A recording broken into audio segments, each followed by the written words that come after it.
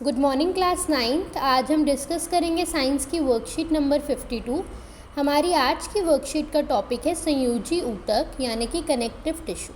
हमें नाम से ही पता लग रहा है ये हमारी बॉडी में कनेक्शन का काम करते हैं और उस कनेक्शन से ये पदार्थों का आदान प्रदान करते हैं। तो ये वे ऊतक होते हैं जिनकी कोशिकाएं आपस में जुड़ी होती हैं और अंतर कोशिकीय आधात्री में धसी होती हैं।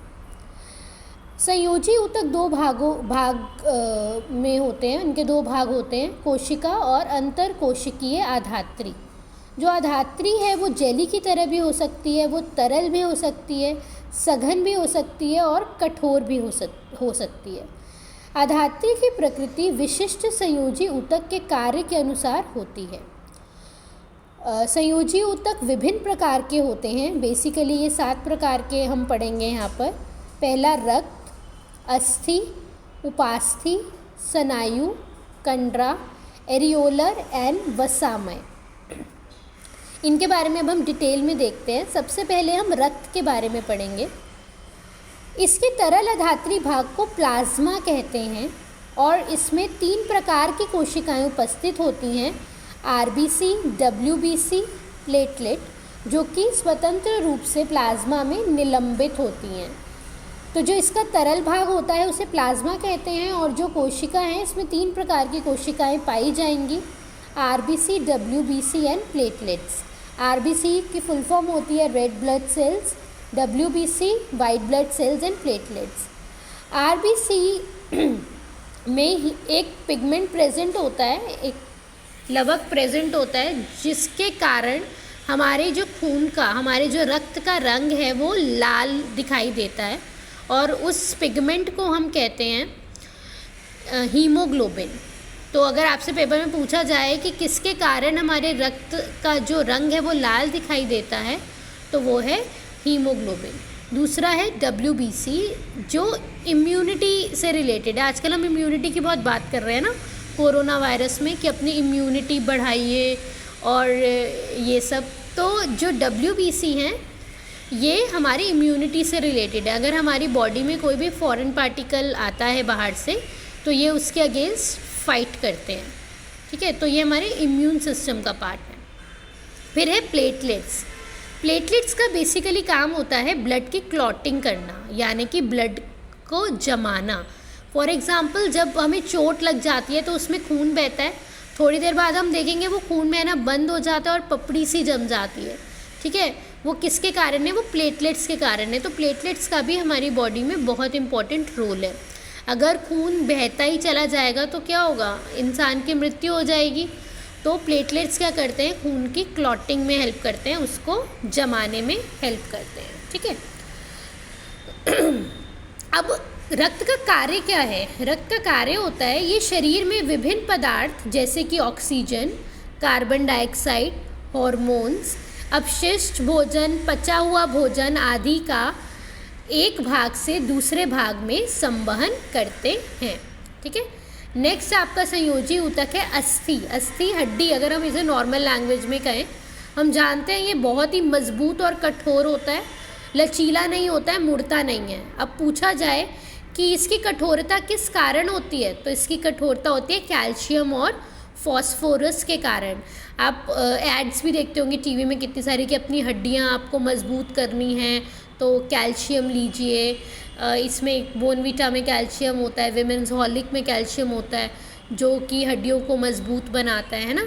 तो कैल्शियम और फॉस्फोरस के कारण जो है ये मजबूत होता है, कठोर होता है, जिसमें कोशिकाएं धसी होती हैं। ये ऊतक पंजर का निर्माण करता है। हमारे शरीर में स्केलेटन होता है, आप सब जानते हैं, ठीक है। अगर स्केलेटन ही नहीं होगा तो हमारे शरीर को कोई आकार मिलेगा? नहीं मिल पाएगा, ठीक है। तो ये पंजर का निर्माण करता है और शरीर को आकार प्रदान करता है। ये मांसपेशियों और शरीर के मुख्य अंगों को सहारा देता है, ठीक है। नेक्स्ट है आपका उपास्थि, जिसे हम कार्टिलेज भी कहते हैं। ये इसकी जो ठोस आधार, ये ठोस है, ठीक है। इसकी अवस्था कैसी हो गई? ठोस हो गई। तो इसकी जो आधात्री है वो बनी होती है प्रोटीन और शर्करा से बनी होती है, ठीक है। ये मजबूत तो होती है लेकिन मजबूत के साथ साथ लचीली भी होती है, फ्लेक्सिबल भी होती है। इसको हम मोड़ सकते हैं इधर उधर। इसकी कोशिकाओं के बीच में, और ऐसा क्यों होता है, इसकी कोशिकाओं के बीच में पर्याप्त स्थान होता है, ठीक है। तो आप ये कहाँ महसूस कर सकते हैं, अपने नाक में, अपने कान में, कंठ में, श्वास नली में। आप अपने कान को मोड़ कर देखिए, मुड़ जाएगा। होती तो ये मजबूत है, ठोस है, लेकिन साथ में लचीली भी होती है, ठीक है। तो यह अस्थियों के जोड़ों को चिकना बनाती है, यांत्रिक सुरक्षा प्रदान करती है। उसके बाद है आपका स्नायु एवं कंडरा। ये कैसे होते हैं, ये रेशेदार ऊतक होते हैं। जो स्नायु है उसमें बहुत कम आधात्री होती है और ये बहुत लचीले और मजबूत ऊतक हैं जो दो अस्थियों को आपस में जोड़ता है, ठीक है। तो ये किसको जोड़ता है, ये दो अस्थियों को आपस में जोड़ता है। और जो कंडरा है वो भी मजबूत है, लेकिन स्नायु से थोड़ा कम, और ये कम लचीला होता है। और ये क्या करता है, मांसपेशियों को अस्थियों से जोड़ता है। तो इसके कम लचीला होने के कारण ही क्या होता है, हम बहुत बार आपने सुना होगा, कोई कहता है कि मेरा पैर मुड़ गया, लगता है मांस फट गया होगा, है ना। क्यों, क्योंकि ये कम लचीला होता है और ज़रा सा भी इसको स्ट्रेस मिलता है तो ये टूट जाता है, ठीक है। नेक्स्ट आता है आपका एरियोलर ऊतक। एरियोलर ऊतक क्या होते हैं, जो भी अंगों के बीच में खाली स्थान होता है वो इस ऊतक के द्वारा भरा होता है, ठीक है। यह आंतरिक अंगों को सहारा प्रदान करता है, त्वचा और मांसपेशियों के बीच पाया जाता है, रक्त नलिका के चारों ओर पाया जाए और अस्थि मज्जा में पाया जाता है, ठीक है। लास्ट है आपका वसामय ऊतक। नाम से ही पता लग रहा है, वसा, वसा यानी कि फैट। वे ऊतक जो वसा का संग्रह करते हैं, ठीक है। जो इनकी कोशिकाएं होती है वो वसा गोलिका से भरी होती हैं। त्वचा के नीचे आंतरिक अंगों के बीच ये पाया जाता है और ये ऊष्मा का कुचालक भी होता है, ठीक है। तो ये हो गया आपका सारे संयोजी ऊतकों के बारे में। अब एक बार क्वेश्चन आंसर्स पे नज़र डाल देते हैं। ये क्या कहते हैं, संयोजी ऊतक क्या होते हैं, उदाहरण सहित समझाइए। तो हमने यहाँ देख ही लिया कि वे ऊतक जिनकी कोशिकाएं, यहाँ से आप देख लेंगे, वे ऊतक जिनकी कोशिकाएं आपस में जुड़ी होती हैं